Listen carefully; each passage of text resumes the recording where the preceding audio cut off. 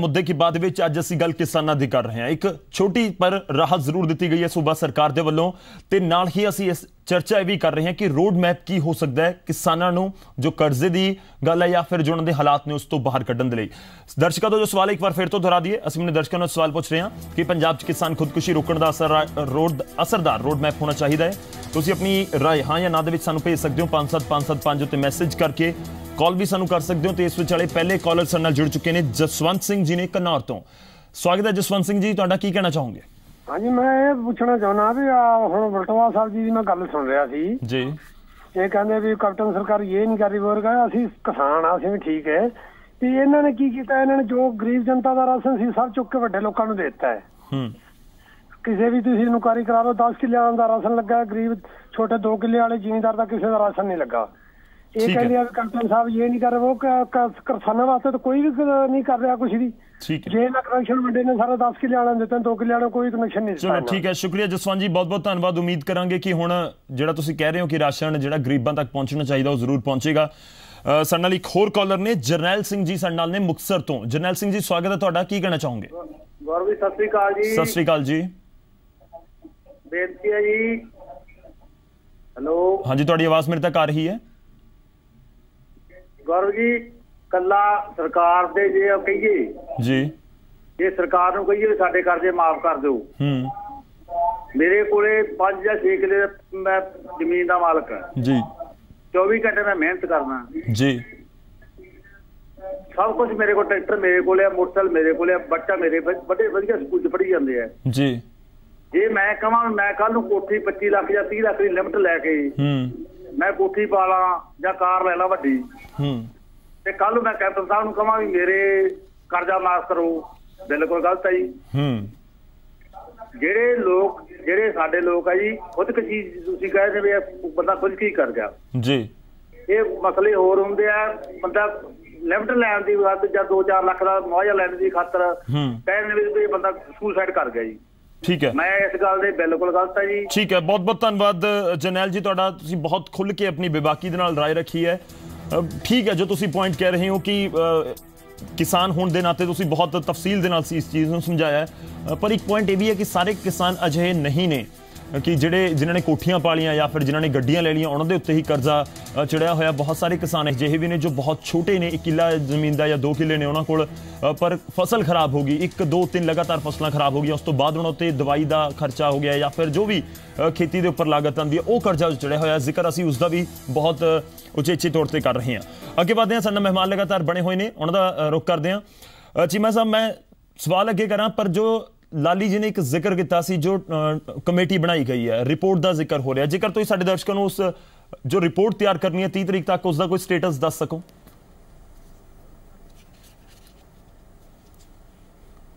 देखो गौरव जी, 2 मिनट तसल्ली नाल मेरी गल का जवाब सुन लियो जी। मैं मेहरबानी है कि अज आपां इस प्लेटफॉर्म पर इकट्ठे हाँ। जो मोदी साहब का पिछले 3 साल का ट्रैक रिकॉर्ड रहा, 10 साल के यूपीए सरकार के जो प्रोग्राम किए सन उन्होंने उद्घाटन कर करके ही उन्होंने 3 साल लंघा दिते ने। ओहो हाल अज आ गया कि ये बहुत संजीदा ने, इन्होंने किसानी की दुगणी करने लई गल कीती सी और किसानी प्रति इन्हां दी संजीदगी इत्थों पता लग जाती है कि पार्लीमेंट दे विच साडे खेती मंत्री साहब दे रहे ने बयान रिकॉर्ड करके on floor of the house, जिन्हों कोई झुठला नहीं सकता कि किसानी जिहड़ी है वो खुदकशियां कर रही है। वो मैं कहना नहीं चाहता किहड़ियां गल्लां प्रेम संबंधां करके किसान कर रहे हैं, वो मेजर कारण आ। ये तो संजीदगी है मोदी सरकार की किसानां प्रति। दूजी गल आ गई योगी साहब की कि हुणे कोट कीता जी उन्होंने कीते ने, हाले तक तो सानू कोई नोटिफिकेशन नज़र नहीं आया योगी साहब का। 48,000 करोड़ दिता जी। दूसरी गल यह है कि उत्थे जिहड़ी सब तो ज़्यादा मंडीकारी दी, क्यों किसान सारे देश का साझा आ, अज भी उत्थे मंडीकारी नहीं हो रही। जे हुण भी तुसीं वेखना गुरदासपुर जिले ते बटाले तक जाके वेख सकते हो, अज भी किसान की फसल MSP तो थल्ले डिलीवर हो रही है आटा मिलों नूं। ये साडी है मंडीकारी। हुण आ जाइए 2 मिनट लिए पिछले 10 सालों की। बलटोआ साहब ने चलो चंगी संजीदगी दसी अपनी, लेकिन पॉलिसियां तो बनानियां सी सरकार ने। ये पिछले 10 साल सरकार दे विच रहे ने, चलो नहीं बना सके पॉलिसी, एक वक्री गल आ। मैं एक कहना चाहूँगा MSP जिहड़ी सब तो पहला बिना मंगिया तो माँ दुध नहीं दिंदी पुत्र नूं या बच्चे नूं, ਇਹਨਾਂ ਨੇ ਕਿੰਨੇ ਕੁ ਪੱਤਰਚਾਰ ਕੀਤੇ ਨੇ ਸੈਂਟਰ ਜਿਹੜਾ ਚੀਮਾ ਸਾਹਿਬ ਮੈਂ ਮਾਫੀ ਚਾਹੁੰਦਾ ਪਰ ਦਾ ਸੀਏਸੀਪੀ ਜਿਹਦੇ ਜੋ ਪੁਆਇੰਟ ਹੈ ਤੁਸੀਂ ਉਸ ਉੱਤੇ ਵੀ ਆ ਜਾਓ ਠੀਕ ਹੈ ਜੋ ਉਹਨਾਂ ਨੇ ਕੀਤਾ ਨਹੀਂ ਕੀਤਾ ਉਹਨੂੰ ਸਾਈਡ ਰੱਖ ਲਓ ਮੈਂ ਤਾਂ ਗੱਲ ਕਲੀਅਰ ਕਰਨੀ ਚਾਹੁੰਦਾ ਸੀ ਸਿਆਸੀ ਦਮਗਜੇ ਵਜਾਣ ਦਾ ਕੋਈ ਫਾਇਦਾ ਨਹੀਂ ਸੰਜੀਦਗੀ ਨਾਲ ਕਿਸਾਨੀ ਦੀ ਵਿਚਾਰਧਾਰਾ ਨੂੰ ਵੇਖਣ ਦੀ ਲੋੜ ਆ ਮੈਂ ਦਾਤ ਦੇਣਾ ਚਾਹੂੰਗਾ ਉਸ ਕਿਸਾਨ ਨੂੰ ਜਿਹਨੇ ਬਾਂਹ ਖੜੀ ਕਰਕੇ ਗੱਲ ਕੀਤੀ ਆ ਕਿ ਮੈਂ ਇਸ ਤਰ੍ਹਾਂ ਦੀ ਕਿਸਾਨੀ ਦਾ ਕਰਜ਼ਾ ਨਹੀਂ ਹੋਣਾ ਚਾਹੀਦਾ ਇਹ ਆਪ ਹੋਏ ਨੇ ਲਾਲੀ ਜੀ ਨੇ ਵੀ ਗੱਲ ਕੀਤੀ ਹੈ ਕਿ ਜਿਹੜਾ ਗ੍ਰੀਨ ਰੈਵੋਲੂਸ਼ਨ ਆਇਆ ਉਹਦੇ 'ਚ ਥੋੜ੍ਹੀ ਜਿਹੀ ਗੱਲਬਾਤ ਦੀ ਸੋਚ ਆਪਣੀ ਹੈਗੀ ਏ ਮੈਂ ਚਾਹੂੰਗਾ ਹੁਣ ਸਰਕਾਰ ਦੂਜੀ ਗ੍ਰੀਨ ਰੈਵੋਲੂਸ਼ਨ ਦੀ ਗੱਲ ਕਰ ਰਹੀ ਹੈ ਪੰਜਾਬ ਦਾ ਕਿਸਾਨ ਅੱਜ ਜੇ ਕੰਪੇਅਰ ਕਰਨਾ ਚਾਹੋ ਤੇ ਕਾਰ ਤੇ ਚੱਲ ਰਿਹਾ ਸਾਨੂੰ ਰੈਸਟ ਆਫ ਦਾ ਇੰਡੀਆ ਜਿਹੜਾ ਕਿਸਾਨ ਸਾਈਕਲ ਤੇ ਚੱਲ ਰਿਹਾ ਉਹਦੇ ਨਾਲ ਮੋਦੀ ਸਰਕਾਰ ਕੰਪੇਅਰ ਕਰਕੇ ਸੈਕੰਡ ਗ੍ਰੀਨ ਰੈਵੋਲੂਸ਼ਨ ਨੂੰ ਉਹਨਾਂ ਇਲਾਕਿਆਂ 'ਚ ਕਰਨਾ ਚਾਹੁੰਦੀ ਹੈ ਜਿਨ੍ਹਾਂ ਨੂੰ ਹੱਲੇ ਕਿਸਾਨੀ ਦਾ ਕੁਝ ਨਹੀਂ ਪਤਾ ਇਹਦੇ ਨਾਲ ਪੰਜਾਬ ਦਾ ਕਿਸਾਨ ਮਰੇਗਾ ਔਰ ਉਹਦੀ ਨੁਕਸਾਨ ਹੋਏਗੀ ਹੁਣ ਆ ਜਾਓ ਰੋਡ ਮੈਪ ਦੀ ਗੱਲ ਅਸੀਂ ਆਪ ਮੁੱਖ ਮੰਤਰੀ ਸਾਹਿਬ ਤੱਕ ਪਹੁੰਚ ਕੀਤੀ ਹੈ ਕਿ ਇਹ ਇੱਕ ਸਿਰਫ ਮੌਕੇ ਦਾ ਹੱਲ ਹੋ ਸਕਦਾ ਕਿਸਾਨੀ ਨੂੰ ਨਹੀਂ ਚੀਮਾ ਸਾਹਿਬ ਮੈਂ ਮਾਫੀ ਚਾਹੂੰਗਾ ਇਹ ਉਹ ਜਵਾਬ ਹੈ ਜਿਹੜੇ ਤੁਸੀਂ ਬਿਲਕੁਲ ਨਹੀਂ ਪਲੀਜ਼ ਸਵਾਲ ਦਾ ਜਵਾਬ ਨਹੀਂ ਹੈ ਮੈਂ ਮਾਫੀ ਚਾਹੂੰਗਾ ਮੈਂ ਤੁਹਾਨੂੰ ਵਿਚਾਲੇ ਰੋਕ ਰਿਹਾ ਮੈਂ ਪਹਿਲਾਂ ਵੀ ਪੁੱਛਿਆ ਸੀ ਕਿ ਤੁਸੀਂ ਕਰਜ਼ੇ ਤੇ ਲਾਈਨ ਕਿਉਂ ਨਹੀਂ ਮਾਰੀ ਤੁਸੀਂ ਜਵਾਬ ਨਹੀਂ ਦਿੱਤਾ ਹੁਣ ਮੈਂ ਤੁਹਾਨੂੰ ਪੁੱਛਿਆ ਸਟੇਟਸ ਰਿਪੋਰਟ ਦੱਸ ਦਿਓ ਜੋ ਰਿਪੋਰਟ ਤਿਆਰ ਹੋ ਰਹੀ ਹੈ ਤੁਸੀਂ ਉਹਦਾ ਜਵਾਬ ਨਹੀਂ ਦੇ ਰਹੇ ਹੋ ਪਲੀਜ਼ ਹੁਣ ਫਿਰ ਜਵਾਬ ਸੁਣੋਗੇ ਜਵਾਬ ਸੁਣ ਲਵੋ ਸਾਡਾ ਸਰ ਤੁਸੀਂ ਮੈਨੂੰ ਜਵਾਬ ਨਹੀਂ ਦੇਣਾ ਪਹਿਲਾਂ ਇਹ ਕਲੀਅਰ ਕਰੋ ਤੁਸੀਂ ਗੌਰਵ ਸ਼ੁਕਲਾ ਨੂੰ ਜਵਾਬ ਨਹੀਂ ਦੇਣਾ ਲੋਕ ਸੁਣ ਰਹੇ ਆ ਤੁਹਾਨੂੰ ਤੁਸੀਂ ਉਹਨਾਂ ਨੂੰ ਜਵਾਬ ਦੇਣਾ ਹੱਕ ਬਿਲਕੁਲ ਆ ਰਿਹਾ ਜੀ ਉਸੇ ਤੇ ਹੀ ਆ ਰਿਹਾ ਹੁਣ ਆ ਜਾਓ ਇਸ ਜਿਹੜੀ ਹੱਕ ਸਾਹਿਬ ਦੀ ਕਮੇਟੀ ਬਣੀ ਹੈ ਅਸੀਂ ਗਏ ਆ ਆਪ ਕਿਸਾਨਾਂ ਦੇ ਘਰ ਘਰ ਗਏ ਆ ਪਹਿਲੀ ਗੱਲ ਸਰਕਾਰ ਤੋਂ ਲੋਕਾਂ ਦਾ ਵਿਸ਼ਵਾਸ ਉੱਠ ਚੁੱਕਿਆ ਸੀ ਅਸੀਂ ਸਪੀਕਰ ਲਾ ਕੇ ਗੱਡੀਆਂ ਦੇ ਪਿੰਡੋਂ ਪਿੰਡ ਫਿਰਦੇ ਰਹੇ ਆਪ ਜਾ ਕੇ ਫਾਰਮ ਭਰੇ ਨੇ ਔਰ ਅਸੀਂ ਇਸ ਗੱਲ ਤੋਂ ਮੁਨਕਰ ਨਹੀਂ ਹੈਗੇ ਅਸੀਂ ਇਹ ਕਹਿ ਕੇ ਆਏ ਆ ਕਿ ਕਿਸਾਨੀ ਦਾ ਕਰਜ਼ਾ ਮਾਫ ਕਰਾਂਗੇ ਨੰਬਰ 2 ਨੰਬਰ 3 ਜਦੋਂ ਅਸੀਂ ਇਹ ਗੱਲ ਪੁੱਛਦੇ ਸੀ ਕਿਸਾਨ ਓਲਾ ਕਰਕੇ ਕਦੇ ਦੱਸਦਾ ਹੀ ਨਹੀਂ ਸੀ ਕਿ ਕਿੰਨਾ ਕਰਜ਼ਾ ਅਖੀਰ ਸਾਨੂੰ ਸਰਕਾਰ ਦਾ ਆ ਕੇ ਵਿੱਚ ਸਹਾਰਾ ਲੈਣਾ ਪਿਆ ਸਰਕਾਰ ਉਦੋਂ ਸਾਨੂੰ ਕਹਿੰਦੀ ਵੀ ਇੰਨੇ ਵਾਲੀ ਗੱਲ ਸੀ ਅਸੀਂ ਆਪ ਡਾਟਾ ਕਲੈਕਟ ਕੀਤਾ ਨਾ ਹੁਣ ਜਿਹੜੀ ਹੱਕ ਸਾਹਿਬ ਦੀ ਕਮੇਟੀ ਹੈ ਉਹਨਾਂ ਦੇ ਨਾਲ ਇਫਪਰੀ ਦੇ ਦੂਸਰੇ ਮੈਂਬਰ ਨੇ ਜਿਹੜੇ ਬੜੇ ਦੁਨੀਆ ਦੇ ਵਿੱਚ ਮੰਨੇ ਪਰਮੰਨੇ ਜੋਸ਼ੀ ਸਾਹਿਬ ਨੇ ਮੈਂਬਰ ਸੈਕਟਰੀ ਇੱਕ ਜਿਹਨੇ ਸੈਕਟਰੀਏਟ ਦਾ ਦੇਣਾ ਸੀਗਾ 30 ਤਰੀਕ ਦੀ ਗੱਲ ਹੋਈ ਹੈ ਕੱਲ ਮੁੱਖ ਮੰਤਰੀ ਸਾਹਿਬ ਨੇ 15 ਜੂਨ ਦੀ ਉਹਦੀ ਗੱਲ ਕਹੀ ਹੈ ਕਿ 15 ਜੂਨ ਤੱਕ ਸਾਡੇ ਕੋਲ ਆ ਰਹੀ ਹੈ ਰਿਪੋਰਟ ਜੀ ਹੁਣ ਜੇ ਆਪਾਂ ਇਸ ਗੱਲ ਨੂੰ ਕਿਸੇ ਹੋਰ ਪਾਸੇ ਤੋੜ ਮਰੋੜ ਕੇ ਲਈ ਜਾਈਏ ਨਹੀਂ ਆਪਾਂ ਗੱਲ ਨੂੰ ਹੋਰ ਪਾਸੇ ਨਹੀਂ ਤੋੜ ਰਹੇ ਮੈਂ ਤਾਂ ਸਿੱਧਾ ਸਟੇਟਸ ਰਿਪੋਰਟ ਪੁੱਛ ਰਿਹਾ ਸੀ ਕਿ 15 ਜੂਨ ਤੱਕ ਉਮੀਦ ਕਰ ਲਈ ਠੀਕ ਹੈ ਕੰਬੋਜ ਸਾਹਿਬ हाँ जी बस आ गई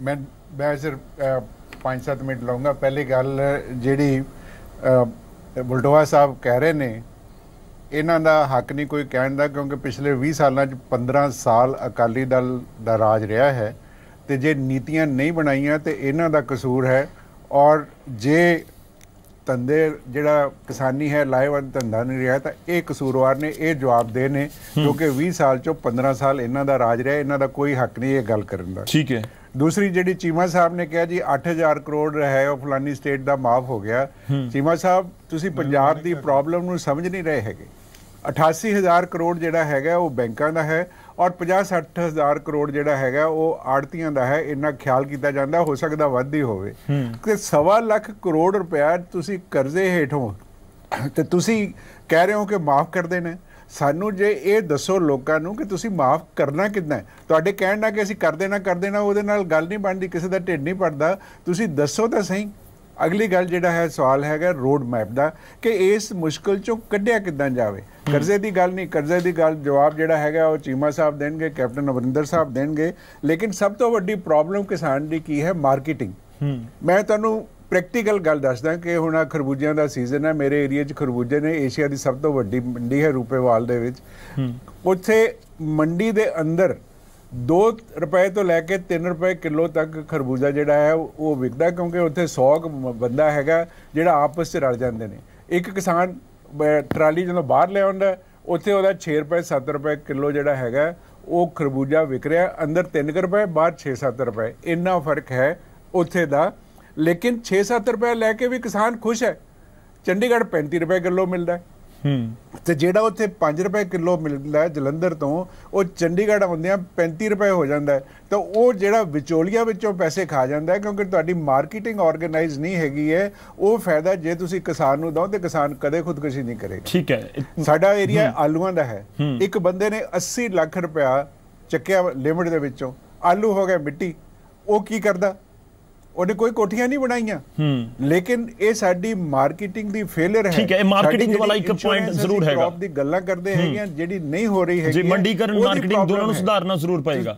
ਤੀਸਰੀ ਗੱਲ, ਇਹ ਸਾਰੀਆਂ ਸਰਕਾਰਾਂ ਇਹ ਕਹਿੰਦੀਆਂ ਰਹੀਆਂ ਨੇ ਕਿ ਸਵਾਮੀਨਾਥਨ ਕਮਿਸ਼ਨ ਰਿਪੋਰਟ ਲਾਗੂ ਕੀਤੀ ਜਾਏਗੀ, ਪਰ ਕਿਸੇ ਸਰਕਾਰ ਨੇ ਉਸ ਪਾਸੇ ਨੂੰ ਕਿਹਾ ਤਾਂ ਹੈ ਮੈਨੀਫੈਸਟੋ ਦੇ ਵਿੱਚ, ਕੀਤਾ ਕਿਸੇ ਨੇ ਨਹੀਂ।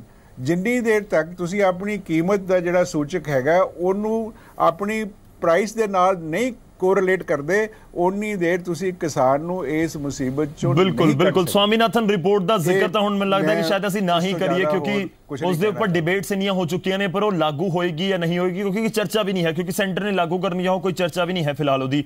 ਵਲਟੋਆ ਸਾਹਿਬ, ਨੀਤੀਆਂ ਨਹੀਂ ਬਣਾਈਆਂ 20 ਸਾਲ ਦੇ ਵਿੱਚੋਂ 15 ਸਾਲ ਤੁਹਾਡੀ ਸਰਕਾਰ ਸੀ। ਬਾਰਡਰ ਦਾ ਜਿਹੜਾ ਓਪਨ ਕਰਨ ਨਾਲ ਤਾਂ ਪੰਜਾਬ ਦਾ ਫਾਇਦਾ ਹੋ ਸਕਦਾ ਹੈ। ਵਲਟੋਆ ਸਾਹਿਬ, ਮੈਂ ਉਹਨਾਂ ਪੁਆਇੰਟਸ ਦੇ ਉੱਤੇ ਨਹੀਂ ਜਾਊਂਗਾ ਕਿ ਜੋ ਨੀਤੀਆਂ ਸੀ ਜਾਂ ਬਣਾਈਆਂ ਜਾਂ ਜੋ ਵੀ ਹੋਇਆ, ਪਰ ਮੈਂ ਹੁਣ ਇਹ ਜ਼ਰੂਰ ਸਮਝਣਾ ਚਾਹੂੰਗਾ ਕਿ ਅੱਜ ਤੁਸੀਂ ਆਪੋਜੀਸ਼ਨ ਦੇ ਵਿੱਚੋਂ ਸਰਕਾਰ ਦੇ ਵਿੱਚ ਪਿਛਲੇ 10 ਸਾਲ ਤੋਂ ਰਹੇ ਹੋ, ਕਰਜ਼ ਮਾਫੀ ਦਾ ਕੋਈ ਫਾਰਮੂਲਾ ਹੈ, ਕੋਈ ਪ੍ਰਭਾਵੀ ਫਾਰਮੂਲਾ ਹੈ ਜਾਂ ਹੋ ਸਕਦਾ ਹੈ, ਜਾਂ ਫਿਰ ਕਿਸਾਨ ਇਹ ਸੋਚੇ ਕਿ ਨਹੀਂ, ਇਹ ਨਹੀਂ ਹੋ ਸਕਦਾ, ਪੋਸੀਬਲ ਨਹੀਂ ਹੈ ਕਰਜ਼ ਮਾਫੀ?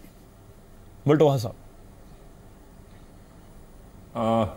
ਗੌਰਵ ਜੀ, ਮੈਂ ਤੁਹਾਡੀ ਗੱਲ ਦਾ ਜਵਾਬ ਦੇਣਾ। ਸਭ ਤੋਂ ਪਹਿਲਾਂ ਤਾਂ ਮੈਂ ਕਲੀਅਰ ਕਰ ਦੇਵਾਂ ਕਿ 1997 ਵਿੱਚ ਜਦੋਂ ਸਾਹਿਬ ਪ੍ਰਕਾਸ਼ ਸਿੰਘ ਬਾਦਲ ਨੇ ਇਲੈਕਸ਼ਨ ਲੜੀ ਸੀ ਤੇ ਕਿਹਾ ਸੀ ਕਿ ਅਸੀਂ ਕਿਸਾਨਾਂ ਦੇ ਬੰਬੀਆਂ ਦੇ ਬਿੱਲ ਮਾਫ ਕਰਾਂਗੇ, ਤੇ ਸਾਡਾ ਜਿਹੜੀ ਦੂਸਰੀਆਂ ਪਾਰਟੀਆਂ ਨੇ ਮਜ਼ਾਕ ਉਡਾਇਆ ਸੀ ਵੀ ਕਦੀ ਗੱਲ ਹੋ ਸਕਦੀ।